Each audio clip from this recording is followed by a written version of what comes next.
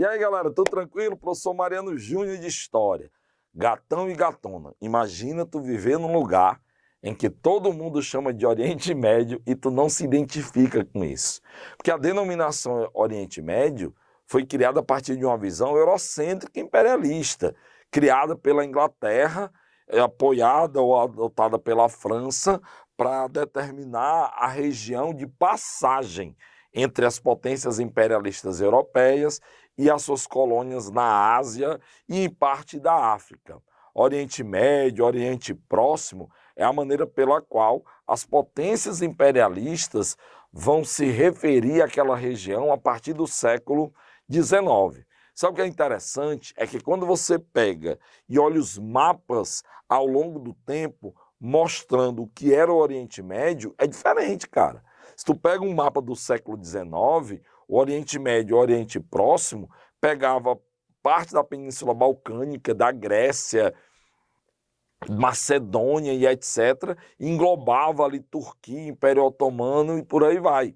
Hoje você já tem autores que excluem a Turquia desse Oriente Médio, aproximando-a do mundo europeu, ou tentando forçar essa aproximação aí do mundo europeu. Ou seja, toda vida que você ouvir a expressão Oriente Médio, tem uma coisa em mente. A região, geograficamente falando, ela vai aumentar ou encurtar de acordo com o período histórico que a gente está falando. E essa região e o olhar sobre ela e o que acontece lá a partir da visão europeia mudou de acordo com o imperialismo e a Guerra Fria. Inclusive, a formação dos países e o tamanho das suas fronteiras, as suas riquezas, se tem portos, se não tem, etc., estão diretamente ligados ao imperialismo no período em que foram colônias, né, ou protetorados de França, Inglaterra, ou após a Guerra Fria, quando caíram sob a tutela ou a influência de Estados Unidos ou União Soviética.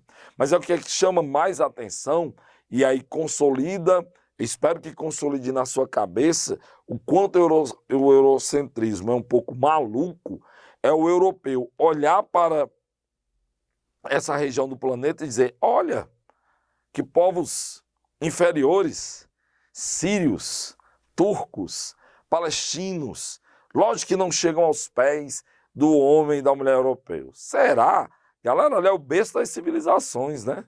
Você tem a galera que criou a escrita, você tem o primeiro código jurídico, a primeira biblioteca, a primeira escrita fonética divulgada de maneira consolidada com os fenícios. Você tem o monoteísmo ético judaico, e aí você se sentir à vontade para olhar para essa região do planeta e dizer povos inferiores é de uma autoconfiança poucas vezes vistas. O Oriente Médio será alvo de disputa por grandes impérios desde sempre. Se na antiguidade oriental eu tinha todos esses povos brigando para ver quem estabelecia um maior domínio na região, quando chegamos na Idade Média, nós teremos árabes e persas. Botei só os árabes que eles vão acabar dominando toda a área, mas os árabes passaram a controlar a região que nós chamamos de Oriente Médio no século VII.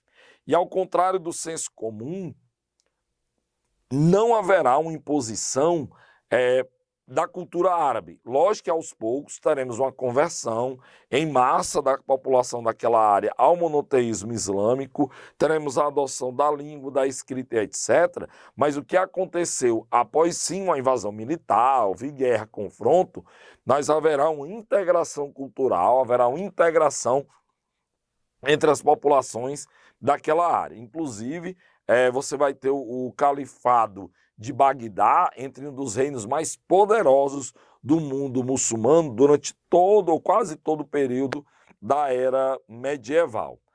Essa mesma região depois, ainda sob influência muçulmana, mas não mais árabe, fará parte do poderoso Império Turco-Otomano, que rivalizava com o Império Britânico, com o Império Francês. O Império Turco-Otomano durou 500 anos e era exatamente, ou controlava exatamente essa região que era hiper próspera em relação a comércio, manufaturas. A riqueza comercial e de produção de manufaturas na Idade Moderna nessa região era maior do que a da Europa. Na realidade, a Europa só supera Oriente Médio, Extremo Oriente, como China e Índia, no que diz respeito à produção de riqueza, apenas com a Revolução Industrial. Antes, eles tinham maior controle de riquezas, não apenas da região, mas do comércio. A região do Oriente Médio, ela vai passar por profundas transformações ligadas às duas grandes guerras mundiais.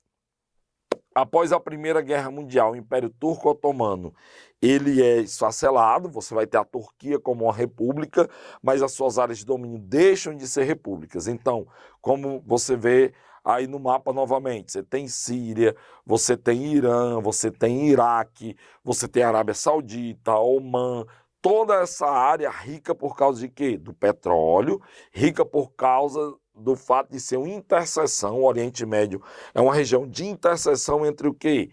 A África, a Ásia e a Europa. Então é mais do que interessante o comércio que sempre fluiu naquela região desde tempos remotos e agora com valor agregado por causa do petróleo desperta ainda mais o interesse das potências imperialistas industriais europeias. E após a Primeira Guerra Mundial, com o esfacelamento do Império Turco-Otomano, muitos daqueles povos esperavam pela independência total. Alguns conseguiram, como a Arábia Saudita, formando uma monarquia, mas a maioria não. Vai se tornar uma área de protetorado, ou seja, de controle militar por parte de franceses e ingleses. A luta pela independência é real, clara e prática dessa região veio após a Segunda Guerra Mundial, no processo de descolonização afro-asiático. Nessa luta a favor da descolonização, foi criado, às vezes de maneira forçada, um nacionalismo baseado no chamado pan-arabismo, a identidade árabe, resgatar os seus valores históricos, resgatar a sua história como de várias civilizações ricas, influentes e etc., mas que agora cada uma teria que formar o seu Estado, formar a sua autonomia. E após a Segunda Guerra Mundial, eles tinham o desafio de formar estados-nação. E um nacionalismo muitas vezes forçado. Forçado de que maneira? No sentido de buscar uma identidade entre os indivíduos que estavam ali, resgatando seus valores históricos, sua cultura, sua grandeza, mas ao mesmo tempo formando países independentes. Aí repito, falo novamente, da Síria, cito o Líbano, que era onde ficava a antiga civilização fenícia, Irã, Iraque e assim por diante.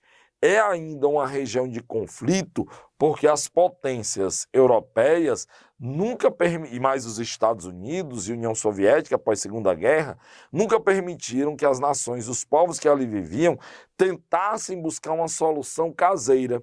Sempre a necessidade da exploração do petróleo naquela região atrapalhou as articulações internas, locais, para se buscar uma tranquilidade política naquela área.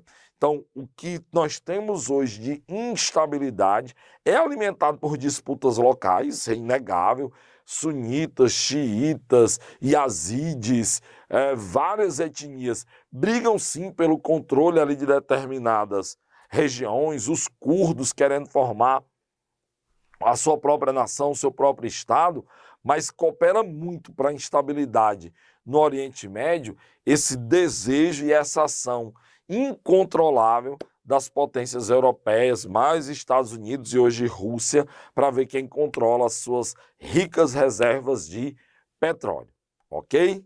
Espero ter contribuído aí para o seu estudo. Um beijo, um abraço, até a próxima.